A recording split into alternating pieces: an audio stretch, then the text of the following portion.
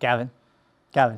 RPG is Gavin. I'm never going to hear the end of this. RPG Gavin. I'm never going to hear the end of this. Sean was so awesome. Oh my gosh. Yeah, I loved it. He was pretty awesome. That was really great. So we're going to keep this show going with our 10 things this Yes. week, which Jeffrey and I are doing because he didn't quite understand the concept of give me the RPG fandoms that you'd like to play games with. Thinking LARPs. He sent me LARPs like bears, cats, and dogs. I'll explain on the camera. I was like, that's not a fandom.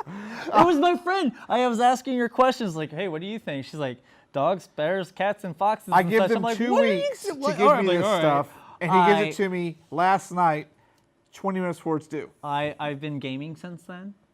So, all right, we're gonna kick off with number 10, which Jeffrey has. Okay, one of my top ones was Valerian. You watch the movie, there was a lot of people that didn't like it. There was a lot of people that really liked it. But at the same time, you think of the world building that they created in the first 10 minutes of the movie. The world building's pretty good for this one. Oh my gosh, can you imagine just building a whole entire game around that space city with over 100 different races or something? I'll tell you what, there'd be a lot of rules for this game, though. There would be a lot of rules. I mean, just the aspect of everything, the role-playing that you can Do dive you know into. what game there wouldn't be a whole lot of rules for? Our number 9, The Sims. Because literally, it's an RPG about just playing life. Yeah. Hey, true. I want to go to the grocery store. Roll a d20. Oh, you failed. You got in a wreck. Oh, well, you're dead. You know, you just put the little plum on top of your head. There's one on a little stick, and everyone just takes a turn. I'm gonna cook. Roll a d20. Oh, your house catches fire. I was the one who always built the families, and then I would trap them all in there, take all away the windows and they doors. pee on themselves. Like I used to make videos and of just this like stuff. slowly watch them die. And Sims torture porn. That's what I used to call it. Yeah, it was kind of morbid. All right, what do we have next up on our list? Number 8. The next one is the Muppets. Think about it, Gavin. The Muppets RPG. This would be really good. Like showbiz type of RPG, but with wacky humor and jokes and parodies and puns. But we got the two who would be always in the balcony, and it's like something happens during the show. You have to have a Statler and Waldorf GM player, and they roll for them puns that totally affect the game. Yes. Please, can it happen? That would be quite hilarious. But I could see this one working. I really like the next one that you picked, though. Okay, because you know me, and it's not a season if I don't bring up number 7, Space Channel 5. Space Channel 5. I would love to see this in anything, a LARP or anything, but a role-playing game where you got to roll for dance moves, and it's completely retardedly, ridiculously fun. I didn't know what this was, and I looked it up, and I'm just like, what the... This is Gavin. This is totally Gavin. me. This is totally you. Can you imagine? Okay, so you can come up with the most outrageous retro plots you want involving dancing, singing. It could be a singing RPG. Roll for a dice. Nope, you didn't hit that note right. You got dunked. I was going to say a bad word there, but I couldn't because we're on for our time. We're going to roll to the next one, and this is one of our... both of us kind of agreed on this one. Pokemon. See, Pokemon for this one, RPG. he sent me, Can it happen? Monster Beast Hunter was his topic, so I said Pokemon. Because it would be really funny to play Pokemon where you have trainers and Pokemon. You make up your own. Yeah, and all sorts of different fun things. Like, could you imagine role-playing a Pokemon? Like... Here's why I also think this would work, because when you see Pokemon, you only see 2 people dueling, but when the card game first came out, we broke the rules and did a 6-player Oh duel. my gosh, It was insanely fun. It was a lot of fun. The card game, 6 players going at it, do an RPG, let people either be Pokemon or trainers. Oh, I mean, could you imagine our like role-playing RPG would Jigglypuff? be intense. Don't. I can't with you though. What's wrong with you and Jigglypuff? I would totally roleplay a Jigglypuff. Would have like little tattoos on my arm, say "Ghetto Thug Life," and like have an eye patch and stuff, and like a peg leg and a hook. I would totally roleplay that Jigglypuff. And then you want to like summon me? I get roll the dice. I feel like that's like a Popeye the Sailor Man Jigglypuff I'm looking at. Well, you know, we know you'd be the Ghastly going, glitter Ghastly, glitter. Glitter Ghastly. Your Ghastly's name. Fabulous. Fabulous Ghastly. Your fabulous Ghastly's name would be Huffle Slut. Huffle Slut. Slitherdong. There you go. That's that one. would be the Jigglypuff going, what? Ghastly, what? Raven No, Snatch. we need to create this RPG just so we can play these 2 dumb Pokemon.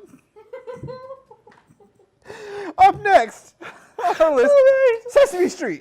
Could you imagine a more bizarre RPG on the face of the planet than an educational game, Sesame Street?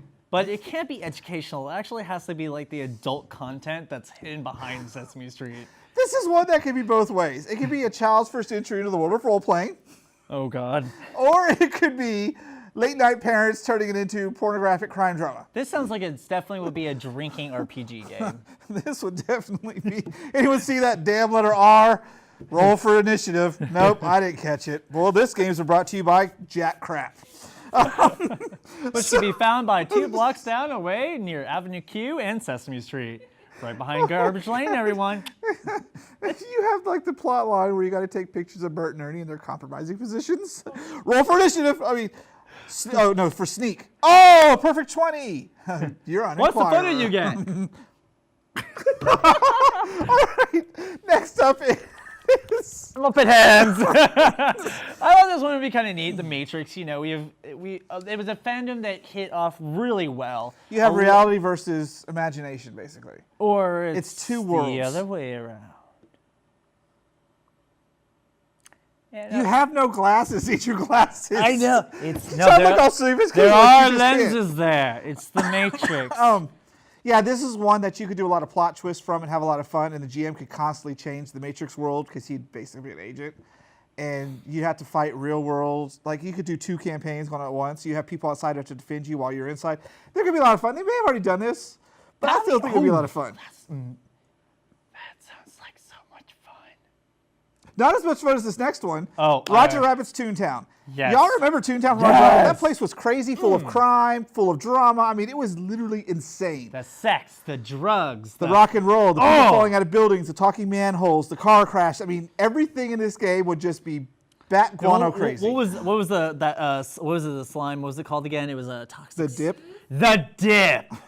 Not the ooze Lulu, it's the dip. She's all back there going, the dip. I'm hanging my head in shame. Yes, this game could be a lot of fun to make a cartoon Toontown based one, but in a more of the adult Roger Rabbit way. I think that would be a lot of fun. And just imagine like, oh, there's a secret cartel of the dip holders, and you have to go find them. And The dip holders. you know, some of your players can be cartoons, some players can actually be human. So, and each one has different Constitutions. constitutions, I don't know what we're talking about now. consequences. But all right, I know. This one's all Jeffrey. This is all me, but I'm bringing it back. The Black Cauldron. Yes, it'd be a really kick-ass RPG. You got your characters, and if you say anything about the damn pig, I swear to the You're gonna roleplay the gaming pig. gods, I'm gonna. You're playing the pig. You're gonna play the pig. I'll do it, You I'll can run dip away, your not be nose any in help. water and see the future and other little things that'll happen. But seriously, the storyline had so much to it, but you only. I will get to agree, see- this one could be pretty fun. It would be very much in the vein of Lord of the Rings and Dungeons & Dragons, but Exactly. with cooler villains and a talking pig. Right. We're moving on. I can't eat. All right. Leave my 2D Number out of one, this. the best horror genre ever for a role-playing All right, game. are you ready for this? Candyland. Hear me out. Yes. We already know how much I hate Candyland. This can't is stand another it. one that you could turn No. into something very violent and bloody because Candyland is from the freaking devil. It is evil incarnate in a board marketed towards children.